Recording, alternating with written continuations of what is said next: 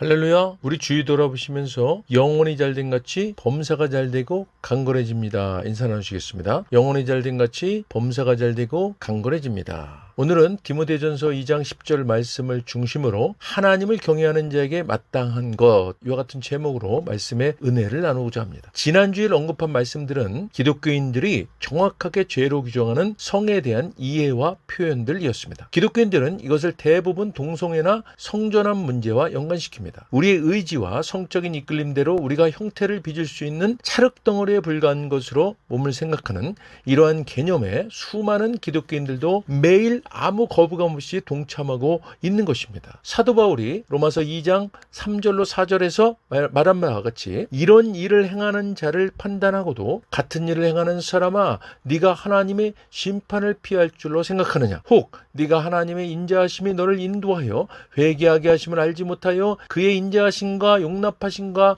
길이 참으심이 풍성함을 멸시하느냐. 아멘. 하나님께서 우리로 하여금 먼저 죄를 깨닫게 하신 것은 우리가 먼저 죄를 판단하게 하기 위함이 아니라 오히려 그 동일한 뿌리가 우리 자신 속에 작용하는 것을 깨달았소. 하나님의 용납하심과 참으심에 대한 완전한 확신 속에서 그 죄를 진정으로 회개하도록 하기 위함이었습니다. 기독교인으로서 우리는 흙으로 빚어진 우리 몸을 어떻게 다루고 있는지 인식해야 합니다. 이는 대한민국에 살고 있는 우리에게 특히 더 해당되는 이야기입니다. 우리나라에서는 고등학교 졸업 선물로 여학생들에게 성형수술을 해준 일이 꽤 흔하기 때문입니다. 성형수술이라는 것은 우리의 신체를 우리가 원하는 몸의 모양으로 빚는 진흙덩어리로 대하는 전형적인 예이기 때문입니다. 그런데 그 동일한 뿌리에서 비롯된 자기 스스로 자기 자신을 디자인하는 셀프 디자인에 대한 훨씬 더 평범한 예들도 있습니다. 심지어 우리의 머리카락 뿌리도 그렇습니다. 우리는 잠언 16장 31절입니다. 백발은 영화의 면류관이라 공의로운 길에서 얻으리라 말씀으로 가르침을 받을 수 있습니다. 우리는 면류관을 쓰듯이 백발이 되어가도록 부르심을 받았습니다. 이것은 사실 자신에게 주어진 그리스도 중심의 생명을 다른 이들에게 증거하는 순교자의 면류관과도 같은 것입니다. 그러나 우리는 생명력, 우리의 활력을 보여주는 노력의 일환으로 우리의 나이를 숨기곤 합니다. 하지만 성경은 기독교인들이 사용 가능한 생명력, 활력으로 세상을 놀라게 하거나 유혹하라고 부르신 것이 아니라는 사실입니다. 대신 성경은 죽음이라는 현실을 우리 몸에 진작에 받아들이라고 우리를 부른 것이라고 말씀합니다. 죽음이라는 현실은 두려워하거나 피하거나 부정하는 것이 아니라 매일 기억하고 묵상함으로써 우리의 초점이 현재 것이 아닌 새 피조물에 놓이도록 하는 것입니다. 고린도서 4장 11절 말씀에서 사도 바울은 우리 살아있는 자가 항상 예수를 위하여 죽음에 넘겨짐은 예수의 생명이 또한 우리 죽을 육체에 나타나게 하려 함이라. 아멘 말하고 있습니다. 다시 말해서 우리 기독교인들의 몸은 이 세상의 생명력을 평생토록 허위 강구하기 위해 고안되지 않았다는 것입니다. 우리의 몸은 모든 인간 존재가 이 세상의 생명력이 아닌 장차올 세상의 생명력을 확신하는 영원히 살 수 없는 피조물이라는 사실을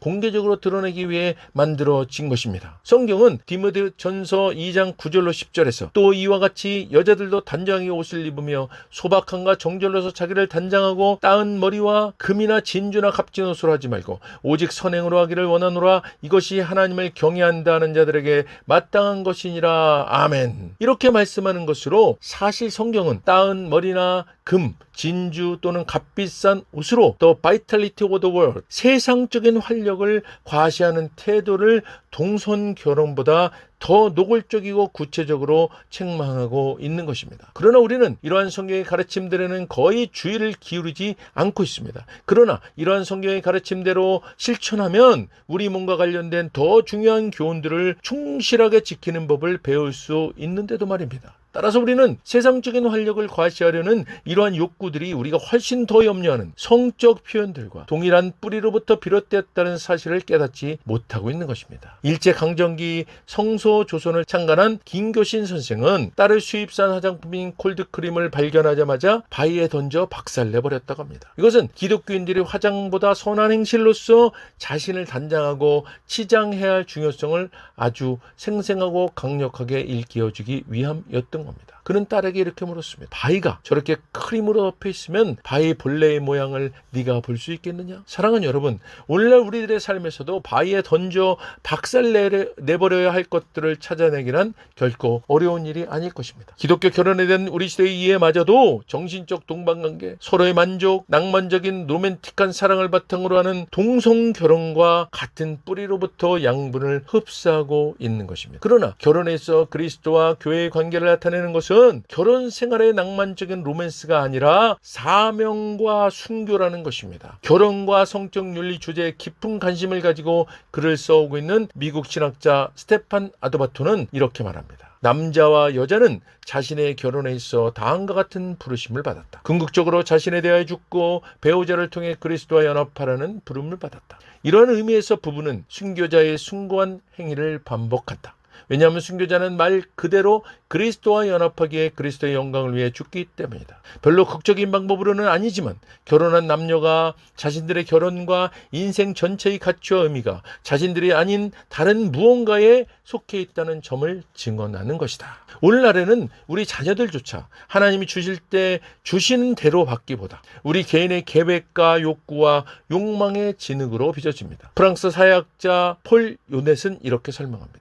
생명을 선물로 여기던 생각은 오늘날 인간의 의지와 산물로 대체되었다. 자녀들은 부모의 계획에 의한 일정과 방법에 따라 임신되어 일정 기간이 지나면 세상에서의 생명을 부여받는다. 반드시 생물학적 부모의 육체적 관계를 통해야 할 필요도 없어졌다. 그러므로 아이가 태어난다는 것은 이제 주어지는 것, 기분이 아니라 원하는 것, 디자이어이라고 법적으로 정의된다. 우리 기독교인들까지 이런 것들에 동조하여 계획된 사회 속에서 아이들은 우리의 계획에 의해 태어납니다. 이른바 연애, 결혼, 출산을 포기한 삼포사회에서 여기에 더해서 내 집 마련, 인간 관계까지 포기했다는 오포사회를 지나서 이제는 거기에 더불어 꿈과 희망까지 포기했다는 칠포사회로 불리는 우리나라의 경우 아이들은 만족한 직장을 찾거나 결혼해서 자립하는 것, 여러 명은커녕 자녀 한 명을 갖는 것조차 어려운 점점 더 극복하기 힘든 한계 속에서 성장하게 됩니다. 성경에서는 아담과 하와가 죄를 지었을 때 하나님은 에덴 동산의 동쪽문에 천사를 두시고 그들에게 불칼을 주시어 아담과 하와가 동산으로 돌아오지 못하게 하셨습니다. 그래도 하나님은 우리가 동산 바깥에서 생존하는 것을 도우시려고 우리에게 좋은 선물들을 주셨습니다. 먼저 그의 나라와 의를 구하면 우리에게 필요한 모든 것들을 덤으로 공급하신다. 이런 약속의 말씀과 영혼이 잘된 같이 범사가 잘되고 강건케 된다는 말씀의 선물과 우리의 모든 염려와 근심과 걱정은 주께 맡기라는 절대 희망의 말씀 등 성경 곳곳에 얼마나 많이 우리를 위해 예배해 놓은 선물들이 많습니까? 그러나 오늘날 인간들은 하나님으로부터 온 이 선물들을 가치 없고 억압적인 것으로 여깁니다. 우리 자신의 이기심으로 인하여 우리는 이 선물들을 내던져버리고 대신 K-팝과 한국 드라마를 근거로 한 K문화라는 콘텐츠로 우리 자신의 새 정체성을 만들어 내려고 하고 있습니다. 그 결과 출산율이 세계 최저로 낮아져서 앞으로 100년 내에 한국 인구는 현재 인구의 절반으로 감소하게 될 것입니다. 게다가 남게 될 그 절반 인구의 절반이 65세 이상의 고령자들일 것입니다. 그래서 한국의 미래에는 아마도 무슬림들만이 존재하게 될 것입니다. 왜냐하면 그들은 여전히 자녀들을 갖는 것이 성스러운 선물이고 의무라고 생각하기 때문입니다. 그리고 무슬림들은 한국과 한국 기독교인들이 자기 창조에 자기 만들기에 집중한 채 스스로를 멸망시키는데 너무도 헌신적인 것에 어리둥절해야 할 것입니다. 사랑하는 여러분, 사단은 우리 몸, 우리 육체에 대해서 전적으로 우리 것으로 여기도록 우리를 격려하고 유혹하고 세뇌시키고 있습니다. 그래서 우리 몸이 느끼는 가장 정점의 쾌락을 우리 정체성으로 가질 것을 끊임없이 강조하고 있는 것입니다. 여기에 가장 적합한 도구가 바로 성인 것입니다. 앞에서 말씀드렸다시피 남녀 간의 숭고한 결혼까지도 성을 이용하여 왜곡하지 않습니까? 그런데요, 성경은 우리 몸에 대해서 분명히 말씀하고 있지 않습니까?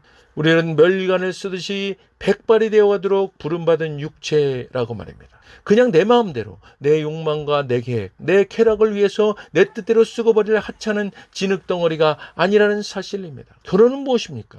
부름받은 육체인 남녀가 자기 자신을 죽이고 그리스도와 연합하여 한 몸을 이루고 주님 오시는 그날까지 주어진 사명을 감당해 나가는 것입니다. 이것이 진정한 그리스도인의 결혼입니다. 사랑하는 여러분, 지하교회를 준비하는 우리가 왜 우리 몸인 육체와 결혼에 대해서 잘 알아야만 할까요? 사단은 교회를 무너뜨리기 위해서 성을 이용하고 있으면 이제 다들 아시게 되지 않았습니까? 그런데 이 성혁명에 바로 연결되어 있는 것이 육체이고, 교회의 가장 기본 단위인 가정의 시작이 남녀 간의 결혼을 기반으로 하고 있는 것이기 때문에 사단의 근본을 흔들어 파괴하려는 것이고, 이에 우리는 사단의 이 전략을 꿰뚫고 분쇄해서 우리의 신앙과 우리의 교회 공동체, 우리의 가족, 사회, 국가를 지켜야 하기 때문에 우리는 성경에서 말씀하시는 부름받은 육체에 대한 말씀과, 결혼은 부름받은 육체인 남녀가 자기 자신을 죽이고 그리스도와 연합하여 한 몸을 이루고 주님 오시는 그날까지 주어진 사명을 감당해 나가는 것이라는